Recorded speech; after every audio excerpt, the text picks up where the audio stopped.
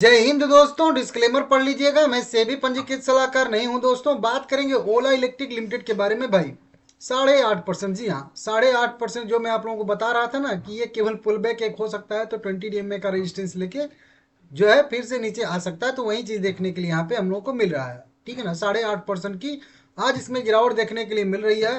Candle जो close कर रहा है वो क्लोज किया है यहाँ पे 34 रुपये 48 पैसे के आसपास, ठीक है ना।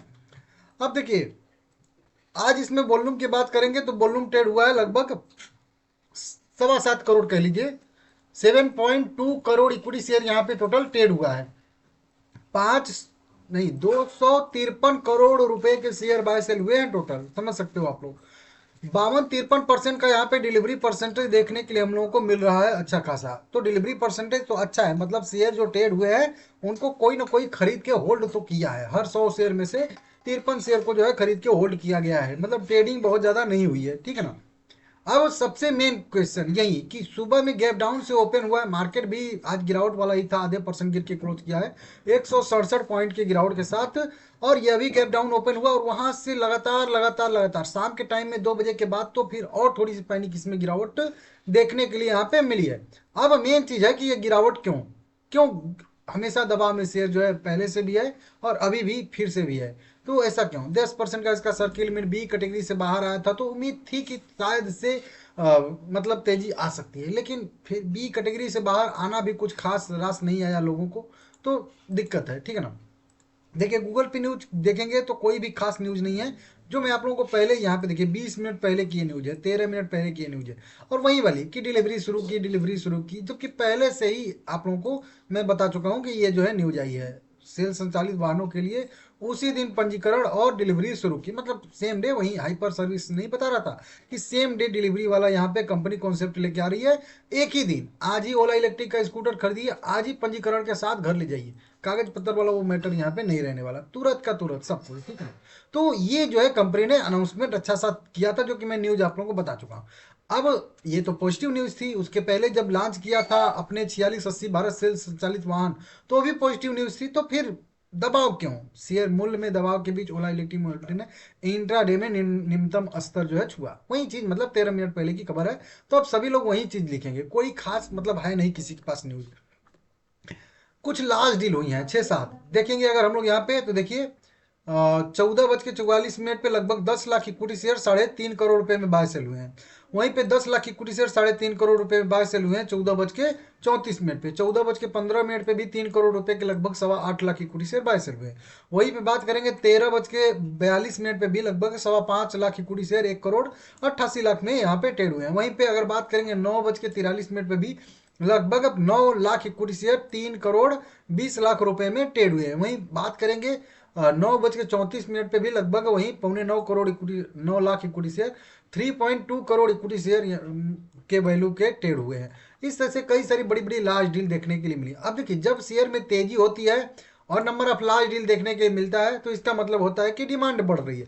लेकिन जब शेयर में 8% की गिरावट आ रही है उसके बाद लार्ज डील ट्रेड होता है तो इसका मतलब होता है कि सप्लाई होता है। सेम वॉल्यूम वहीं रहेगा, लेकिन तेजी हुआ है कि मंदी हुआ है उसके हिसाब से देखा जाता है कि सप्लाई है या डिमांड है। तो आज सप्लाई थी, तो इसकी वजह से आज थोड़ी सी गिरावट देखने के लिए मिल रही है, जो मेरा व्यू है वहीं वाला। अब दूसरा एक चीज ये भी हो सकता है, अभी हाल फिलहाल में कंपनी ने अपना हाइपर सर्विस जो है ओला इलेक्ट्रिक का जो 4680 वाला जो बाइक है स्कूटर है उसको लॉन्च किया था, S1 Pro जो मैं बोलता हूँ हर बार।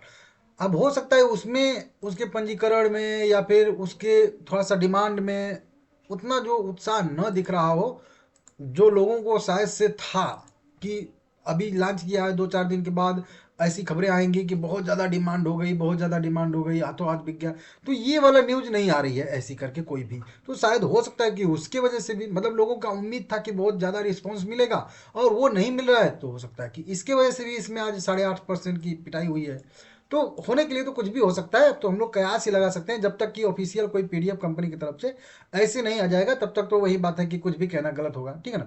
तो अभी तो कोई ऑफिशियल अपडेट कंपनी की तरफ से आया नहीं है, चाहे निगेटिव चाहे पॉजिटिव कुछ भी हो। हाँ, इस पे जो वॉल्यूम बढ़ा है उसके ऊपर हो सकता है एक्सचेंज इससे आगे आने वाले समय में स्पष्टीकरण आज मांगे, तो कल हो सकता है इनका जवाब आएगा तो मैं आप लोगों को बता दूंगा, ठीक है। अब मेन चीज चलते हैं कि यहाँ पे, क्योंकि फंडामेंटली न्यूज बेस पे तो कोई कुछ भी है यहाँ पे है नहीं, लेकिन टेक्निकली बेसिस पे यहाँ पे है।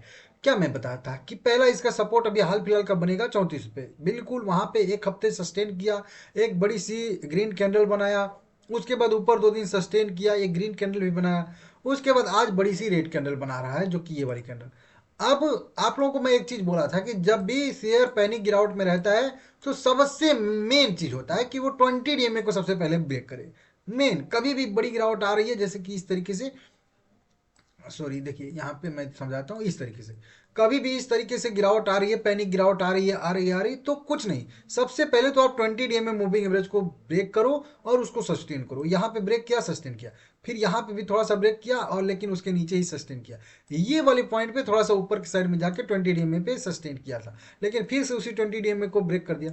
तो मेन चीज यही होता है, अगर आपको कुछ नहीं आता है तो आप बस इतना बस समझिए कि जब शेयर 20 DMA के ऊपर है तो आप अपना व्यू पॉजिटिव रख सकते हो, उसके ही नीचे का व्यू अपना जो है निगेटिव रख सकते हो, ठीक है ना, ये चीज कर सकते हो। सबसे पहले अगर पॉजिटिव व्यू रखना है तो कम से कम ये देखना पड़ेगा हम लोगों को कि 20 DMA मूविंग एवरेज के, सिंपल मूविंग एवरेज में लगाता हूँ, ये ध्यान दीजिएगा, तो उसके ऊपर है कि नहीं है। और जब तक नहीं रहेगा तब तक हर पुल बैक पे उसी 20 DMA मूविंग एवरेज को रिटेस्ट कर करके गिरावट तो होती रहती है, सब में होता है लगभग, कुछ में थोड़ा अलग ढंग से होता है, कुछ में अलग ढंग से होता है, लेकिन आपको वही देखना पड़ता है थोड़ा सा। तो इसमें मैं क्या बोला था आप लोगों को कि 40 रुपये का लेवल ब्रेक करके ऊपर सस्टेन करता है तो फिर हम अपना व्यू जो है एकदम पूरा पॉजिटिव कर लेंगे। हालांकि अभी ये सपोर्ट है तो यहाँ पे सपोर्ट पे एक चांस आप लोग अपने हिसाब से ले सकते हो 30 रुपये के नीचे के SL के साथ, जो यहाँ पे मैं रिस्क टू रिवार्ड रेशियो ये ड्रॉ किया था, जो आप लोगों ने देखा भी था, ठीक है ना, वो वाले पॉइंट पे फिर से आ चुका है। अगर 30 रुपये के नीचे जाता है, 31 रुपये के नीचे जाता है तो फिर इसमें और गिरावट की संभावना बनेगी, और फिर आप लोगों को बताया था 20 रुपये तक भी नीचे की साइड में जा सकता है। 27 वाला लेवल जो था उसको मैं हटा दिया हूँ अपना, ठीक है ना, इस तरीके से। तो अब वही देखना है कि अब तो बिल्कुल सपोर्ट पे फिर 34 रुपये पे आ ही गया है, तो यहाँ से फिर से रिकवरी आती है, 20 DMA ब्रेक करता है नहीं करता है, वो समय बताएगा, क्योंकि वो उतना तो पता नहीं है, भविष्य किसी को पता नहीं है, ठीक है ना, जो करेंट चल रहा है उसको हम लोग एनालिसिस कर सकते हैं। तो मेरे हिसाब से ठीक है, आज वाली गिरावट तो कुछ खास नहीं है, क्योंकि देखिए 34 पे तो आना ही था। अब 2 दिन में 4-4% गिर के आए, या एक ही दिन में 8% गिर के आए, या 4 दिन में 2-2% गिर के आए, या 8 दिन में 1-1% गिर के आए, या एक महीने में आधे परसेंट ऊपर नीचे ऊपर नीचे ऊपर नीचे करके आए, वो मतलब तो एक ही हुआ ना, चाहे एक ही दिन में आ जाए, चाहे 8 दिन में आए, 10 दिन में।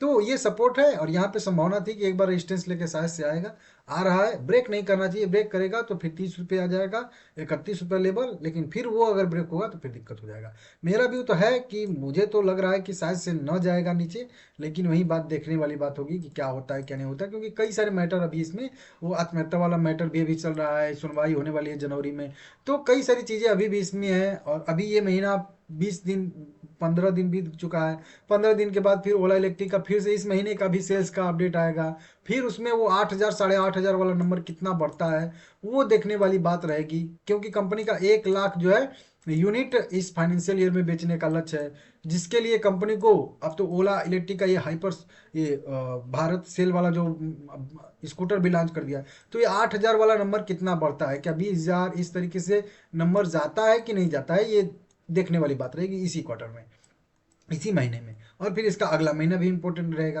कई सारी चीज़ों के लिए। तो वही बात है कि लोग अपना अपना देख के अपने हिसाब से काम करते हैं, देखना पड़ेगा, ठीक है ना। बाकी ठीक है, अगर अभी तक आप होल्ड किए हो तो मैं तो बोलूँगा 34 के लेवल पे बेचना मेरे हिसाब से ठीक नहीं रहेगा। हाँ, आप चाहे तो 31 रुपये को नीचे अगर ब्रेक करे तो फिर आप एक बार के लिए देख सकते हो, ठीक है ना।